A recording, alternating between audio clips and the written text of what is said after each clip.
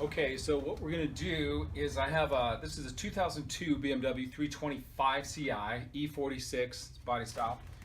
I have the radio here, what they call a business CD. But the power knob, if you take that off, this little the spindle that is the volume and the power is really loose. So really you can't turn it on and off very well because it's so loose and it's reset inside the CD. So you end up taking off the knob and it looks pretty bad. So I'm going to try and take this out, which is pretty straightforward, but I'm going to see if I can fix that, see if that's even possible. So there's a lot of YouTube videos out there already how to do this, but getting this trim off is pretty straightforward. I think Harbor Freight has a pack of these. This trim, watch me break it in front of you, but this should pop out pretty easily, kind of painful, but so we'll pull that out, and then yeah, this one comes out, so it's, get that out, nothing broke.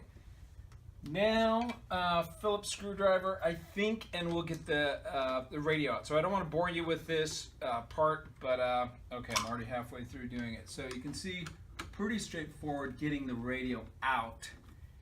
And then I haven't even looked online if this is possible, but we're gonna see if I can fix this knob. So of course pull this out, unhook it, but let's see if we can fix this. Okay, so rather than bore you by having you watch me unscrew a bunch of screws that were the wrong screws, I saved you a little bit of time. So I thought the screw here and where else? There's a couple down here would help. No, nothing. This thing looks like an amplifier. Unscrewed 4 screws from that, absolutely nothing. Then I noticed these small screws here, so I guess I should have been watching another YouTube video. So we're at a point where these 3 screws, now be careful, it's easy to strip them. It seems like this old Craftsman was just the perfect size, better than these jewelers. Okay, the way we got this off was prying it from the back. It has these grooves here, these like tongues that go in here, so it's like a hinge. The trick is getting this off here, but pried it off with a screwdriver. Okay, so here's a close-up of where the brake is. So here's the front of the CD player. As you can see, it's a little piece of plastic, so that looks kind of tricky to fix. I mean, I could try and glue it, but honestly, I haven't had a lot of luck with super glue, so I'm gonna go to Osh and see if they have some fantastic glue that would be amazing. It fits up there nicely, so but the problem is you're always pressing this thing, so it's gonna put direct pressure on what we've glued here. So I don't know, how we could reinforce that, but let's give it a shot. Okay, I am back. Got some Loctite. This is a 2-part glue, so I thought it might be stronger than the other one or other ones that were available. So I'm going to try this out and let's see how it goes.